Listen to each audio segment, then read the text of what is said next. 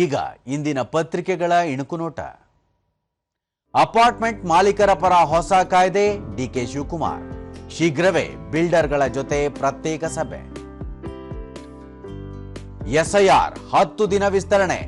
ಗಣತಿ ನಮೂನೆ ಸಲ್ಲಿಸುವ ಅವಧಿ ಆಗಸ್ಟ್ 8ರವರೆಗೂ ವಿಸ್ತರಣೆ. 15,000 ಶಿಕ್ಷಕರ ನೇಮಕಾತಿ ಶುರು. ಸರ್ಕಾರದಿಂದ ಕರಡು ಗೆಜೆಟ್ ಅಧಿಸೂಚನೆ ಪ್ರಕಟ. ಸಿಇಟಿ ಮೊದಲ ಸುತ್ತಿನ ಫಲಿತಾಂಶ ಪ್ರಕಟ. ಎಂಜಿನಿಯರಿಂಗ್ನಲ್ಲಿ 976 ಸೀಟು ಉಳಿಕೆ. ಪಶುವೈದ್ಯಕೀಯ ಕೋರ್ಸಿನ ಎಲ್ಲಾ ಸೀಟು ಹಂಚಿಕೆ.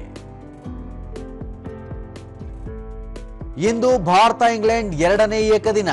3 ಪಂದ್ಯಗಳ ಸರಣಿಯಲ್ಲಿ 1-0 ಮುನ್ನಡೆ. ಸರಣಿ ವಶಕ್ಕೆ ಗಿಲ್ ಪಡೆ ಗುರಿ. ಇವು ಇಂದಿನ ಪತ್ರಿಕೆಗಳ ಪ್ರಮುಖ ಸುದ್ದಿ. ಉಳಿದಂತೆ ಕಾವೇರಿ, ಕರ್ನಾಟಕಕ್ಕೆ ತಾತ್ಕಾಲಿಕ ನೆಮ್ಮದಿ.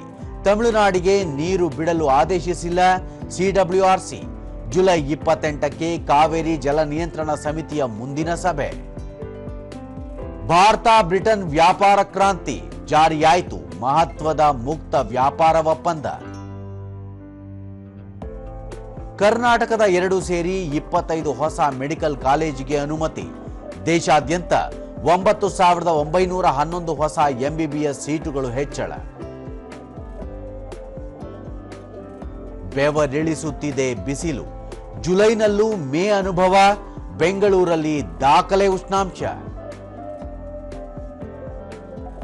ಫಿಫಾ ವಿಶ್ವಕಪ್. ಫ್ರಾನ್ಸ್ ಮೇಲೆ ಸ್ಪೇನ್ ಸವಾರಿ. 16 ವರ್ಷಗಳ ನಂತರ ಮೊದಲ ಸಲ ಫೈನಲ್ಗೆ ಲಗ್ಗೆ ಇಟ್ಟ ಲಾ ರೋಸಾ.